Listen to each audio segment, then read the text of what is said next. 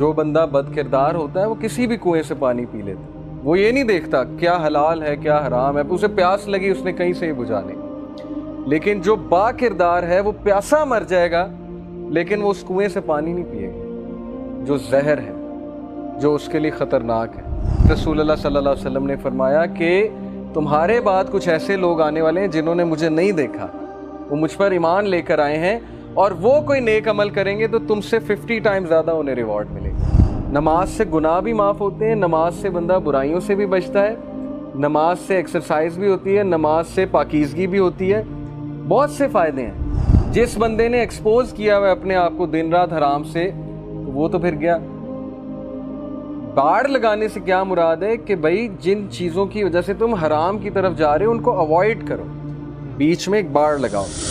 اور میں ایسے لوگوں کو جانتا ہوں، ماشاءاللہ ایک میرا اسٹوڈنٹ تھا، اب امریکہ میں ہوتا ہے، اس کی مدر نے ایک بار ہمیں آ کے کہا کہ یہ جب پڑھ رہا ہوتا ہے پتہ نہیں دروازہ کھول کے پڑھتا ہے، ہم اسے اتنا کہتے ہیں کہ اکیلے میں پڑھا کرو، ڈسٹریکشنز ہوتی ہیں، شور ہو رہا ہوتا ہے گھر میں، اس میں خیر ہے۔ جیسے ہی تم لوگ نے نیکی کا حکم دینا چھوڑ دیا، برائی سے روکنا چھوڑ دیا، اللہ will send such diseases upon you کہ تم نے نام بھی نہیں سنے۔ اللہ تعالیٰ ایسی ایسی بیماریاں بھیجے گا تمہاری طرف، سزا دینے کے لیے نہیں، ریمائنڈر کے لیے، ریمائنڈ کرانے کے لیے کہ جاگ جاؤ، بہت ہو گئی ہے۔ اور پاکستانی نیشن کو جاگنے کی بہت ضرورت ہے۔ ہم سو رہے ہیں، بڑے عرصے سے ہم سو رہے ہیں، کرپشن پھیل چکی ہے، انجسٹس پھیل چکا ہے، ہر طرف نظام جو ہے بگڑ چکا ہے۔ تو کون اٹھے گا؟ یوتھ نہیں اٹھے گی تو کس نے آواز اٹھانی ہے؟ اصحاب کہف اگر یہ سوچنے بیٹھ جاتے کہ ہم تو ساتھ ہیں، وہ اگلے تو کروڑ ہیں، تو پھر چینج آتی کبھی؟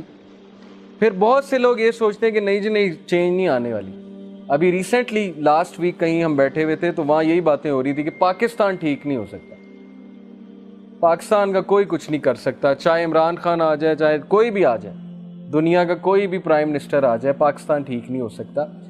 تو بات یہ ٹھیک کرنا، پاکستان کو ٹھیک کرنا، یہ اللہ کی ذمہ داری ہے۔ آپ کی ذمہ داری اپنے آپ کو ٹھیک کرنا۔ جب آپ اپنے آپ کو ٹھیک کریں گے، جب آپ اللہ کے احکامات پہ چلیں گے۔ اصحاب کہف نے یہ تو نہیں سوچا تھا نا روم ٹھیک نہیں ہو سکتا، رومی ٹھیک نہیں ہو سکتے، بادشاہ وقت ٹھیک نہیں ہو سکتا۔ انہوں نے تو اپنا کام کیا، اور 300 سال بعد اللہ نے جب انہیں اٹھایا تو دکھایا کہ دیکھو تمہاری طرف سے ایک ویو چلی تھی، اور اس ویو کا نتیجہ یہ ہوا، تمہاری قربانیوں کا نتیجہ یہ ہوا کہ thousands ایکسیپٹڈ اسلام، اور آج رومن کنگ بھی مسلمان ہے۔ یہ ہے اصحاب کہف کی پوری سٹوری۔ 300 سال بعد جب وہ اٹھے، رومن کنگ مسلمان ہو چکا تھا۔ تو چینج، بڑے لیول پہ چینج لانا اللہ کا کام ہے۔ ہمارا کام ہے کہ ہم جتنا کر سکتے ہیں ہم نے اتنی انپٹ دینی ہے۔ Better to light one small candle then to curse the darkness. Darkness کو تو ہر کوئی لان تان کرتا ہے، لیکن کینڈل کتنے لوگ جلاتے ہیں؟ اصل بات تو یہ ہے نا، کیا ہم ان میں سے بن جائیں گے جو ہر وقت بیٹھ کے لان تان کر رہے ہیں ہر ایک کو؟ کینڈل جلائیں، ایک چنگاری جلائیں، ایک لائٹ جلائیں۔ تو those who forbid the wrong and enjoin the right، جو کوئی بھی اچھائی کا حکم دے، برائی سے روکے گا۔ اب آپ یہ اپنے اسکول میں اپنے لیول پہ اپلائی کریں۔ جب آپ کسی کو بلی ہوتے دیکھیں، کسی کا مذاق اڑتے دیکھیں، آپ کو ترس آنا چاہیے اور آپ اس کا ساتھ دیں، بجائے کہ ان بلیز میں ہونے کے، بجائے کہ وہاں پہ تالی بجانے والے میں، بجائے کہ انجوائے کرنے والے میں۔ آپ کو چاہیے سٹینڈ لیں وہاں پہ کہ اس کو کیوں بلی کیا جا رہا ہے، آپ کو چاہیے اس مظلوم کا ساتھ دیں۔ یہ ہے وہ اسپرٹ جو مسلم امہ کا اسپرٹ تھا، which has died since long. That's why we are suffering. So enjoin the right and forbid the wrong and bring people from shirk towards the oneness of Allah. They establish the limits prescribed by Allah.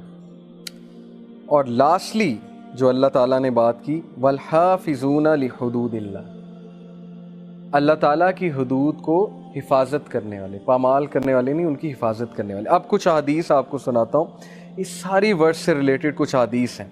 المغیرہ ابن شعبہ reported the prophet peace be upon him would pray until his feet were swollen عابدون، prophet صلی اللہ علیہ وسلم نماز ادا کیا کرتے تھے یہاں تک کہ ان کے فیٹ سویل کر جاتے تھے۔ It was said to him, why do you do this when Allah has forgiven your past and future sins؟ آپ ایسا کیوں کرتے ہیں؟ اللہ نے تو آپ کے گناہ معاف کر دیے سارے۔ He said, shall I not be a grateful servant؟ کیا میں شکر گزار بندہ نہ بنوں؟ نماز کا فلسفہ سمجھیں اس حدیث سے۔ نماز سے گناہ بھی معاف ہوتے ہیں, نماز سے بندہ برائیوں سے بھی بچتا ہے, نماز سے ایکسرسائز بھی ہوتی ہے, نماز سے پاکیزگی بھی ہوتی ہے, بہت سے فائدے ہیں. لیکن الٹیمیٹ فلاسفی رسول اللہ نے بتا دی, کیا میں اللہ کا شکر گزار بندہ نہ بنوں؟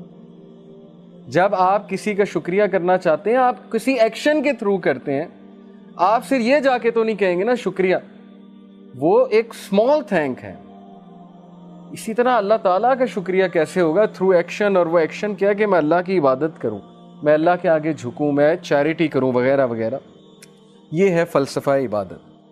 پھر ایک زبردست حدیث, ابو ہریرہ رضی اللہ عنہ reported, the poor immigrants came to the messenger of اللہ صلی اللہ علیہ وسلم.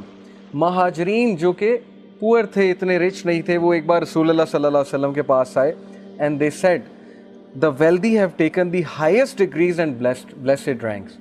انصار کی بات کر رہے تھے کہ انصار میں جو امیر لوگ ہیں وہ سارا ثواب لے گئے اور وہ ہائیسٹ رینک لے گئے, کیونکہ وہ امیر تھے, چیریٹی بہت کرتے تھے, انہوں نے مدد کی مہاجرین کی. اس سے ثابت یہ ہوتا ہے کہ ان میں مقابلہ بازی نیک اعمال کی تھی. ان میں مقابلہ بازی یہ نہیں تھی کہ وہ لمبا ہے میں چھوٹا ہوں, وہ امیر ہے میں غریب ہوں, اس کے پاس لمبرگینی ہے میرے پاس مہران ہے. ان کی مقابلہ بازی یہ تھی کہ وہ زیادہ اعمال کر رہے ہیں, وہ تو سبقت لے گئے, تو ہم تو سبقت لے جانے والے ہیں ہی نہیں. اللہ نے تو السابقون کی تعریف کی ہے, ہم تو السابقون ہیں ہی نہیں. تو پروفٹ صلی اللہ علیہ وسلم سیڈ ہاؤ از دیٹ. انہوں نے پوچھا ذرا پتہ تو کریں کہ یہ کیسے آپ کہہ رہے ہیں یہ بات. دے سیڈ دے پرے ایز وی پرے, they fast as we fast, they give in charity, but we do not have charity to give, they free slaves and we have none to free.